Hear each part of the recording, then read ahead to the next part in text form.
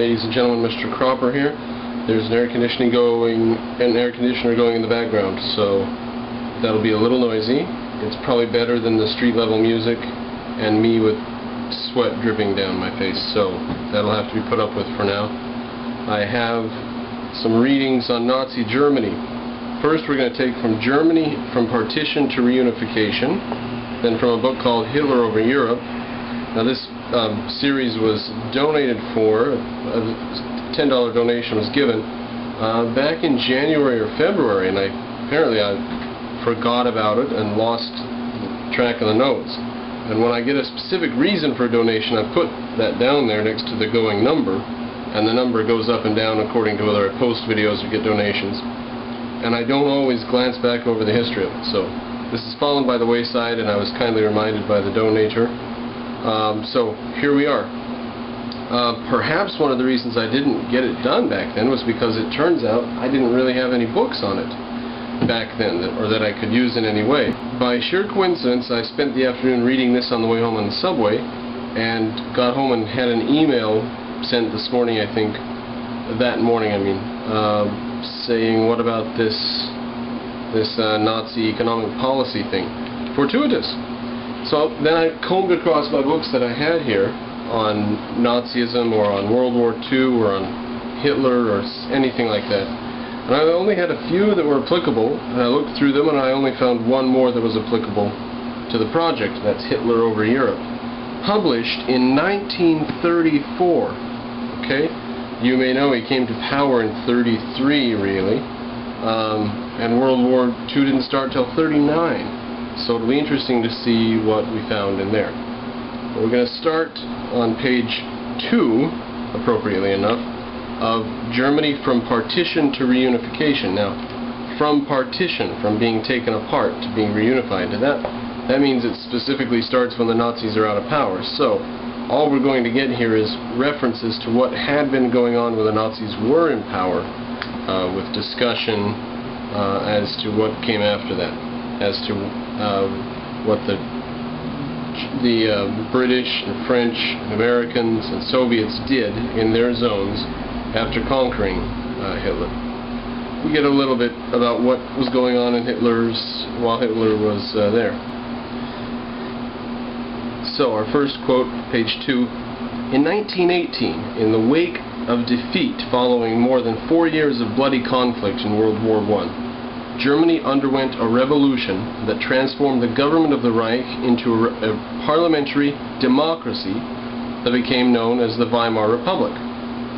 After a stormy 14 years, the Republic collapsed and was succeeded in 1933 by the so-called Third Reich of National Socialist dictator Adolf Hitler. His Nazi regime imposed a totalitarian tyranny and adopted racist policies that relegated Germany's Jews to the status of resident aliens subject to many forms of harassment. Now there's a first clue to part of their economic policy, what they did to and with the people that they relegated to resident alien status. Now comes a sentence which we can prove wrong later with the more direct eyewitness accounting from Hitler Over Europe, but here comes a strange sentence. The regime surmounted the worldwide depression that defied all remedies in other major industrialized countries. Okay, so the depression that was ravaging the world didn't hit Germany. Now I've heard it didn't hit Russia either, but that's not true. They simply arrested millions and millions of people. And the jobs that were left they couldn't fill. They couldn't get workers for factories and stuff, and who knows, tomorrow the manager of the factory might be arrested. So they didn't have unemployment, but they didn't even have the ability to reach full employment. Maybe that was the case in Germany, but we'll see in the quotes from later on what was going on there. So that sentence there is ridiculous. No, they did not surmount the worldwide depression that defied all other members. No, that's ridiculous. Within only a few years, the Third Reich had restored virtually full employment and achieved a level of prosperity envied elsewhere. Aha! Do you know, ladies and gentlemen, how much of the wealth in Germany was imported from Britain and America during the 1930s? There was all this hoopla of Germany's the new a marriage between the state and the economy.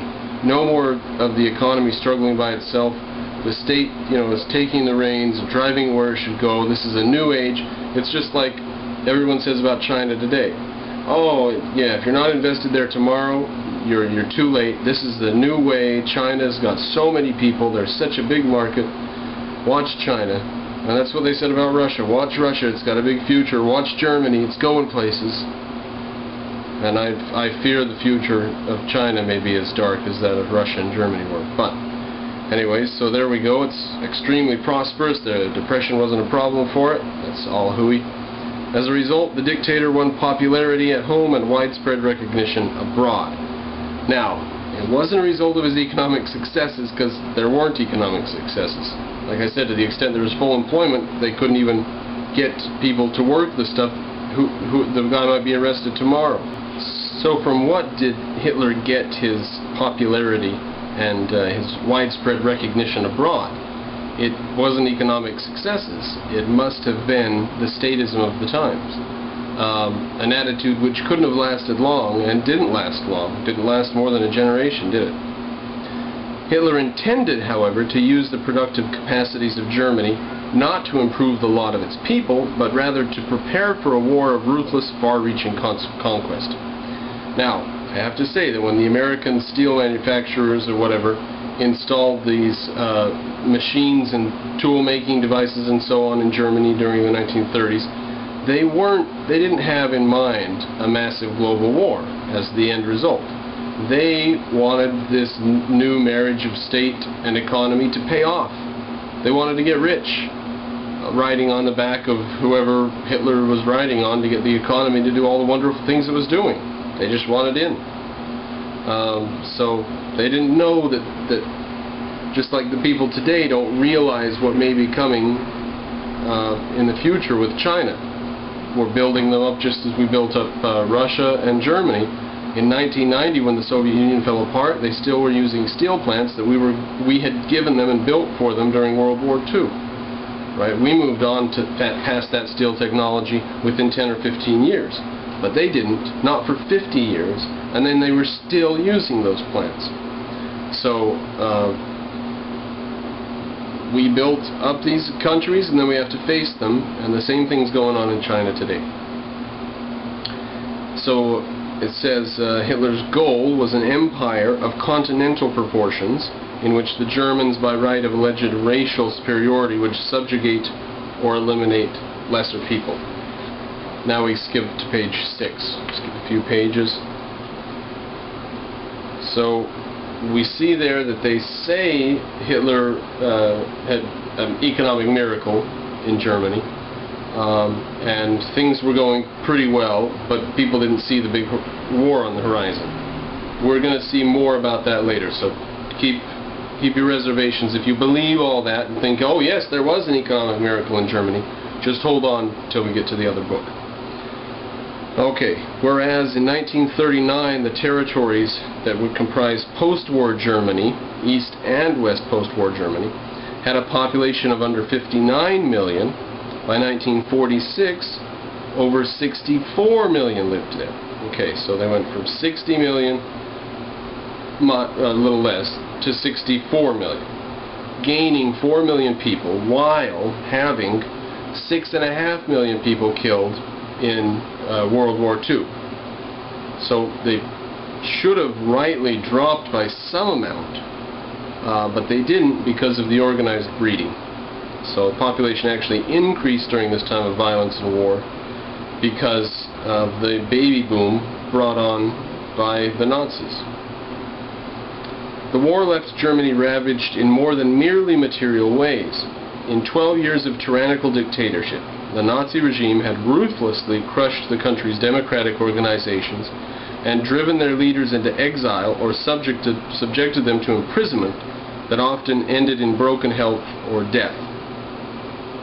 So the people with political sense, political brains, were systematically hunted and tortured and destroyed.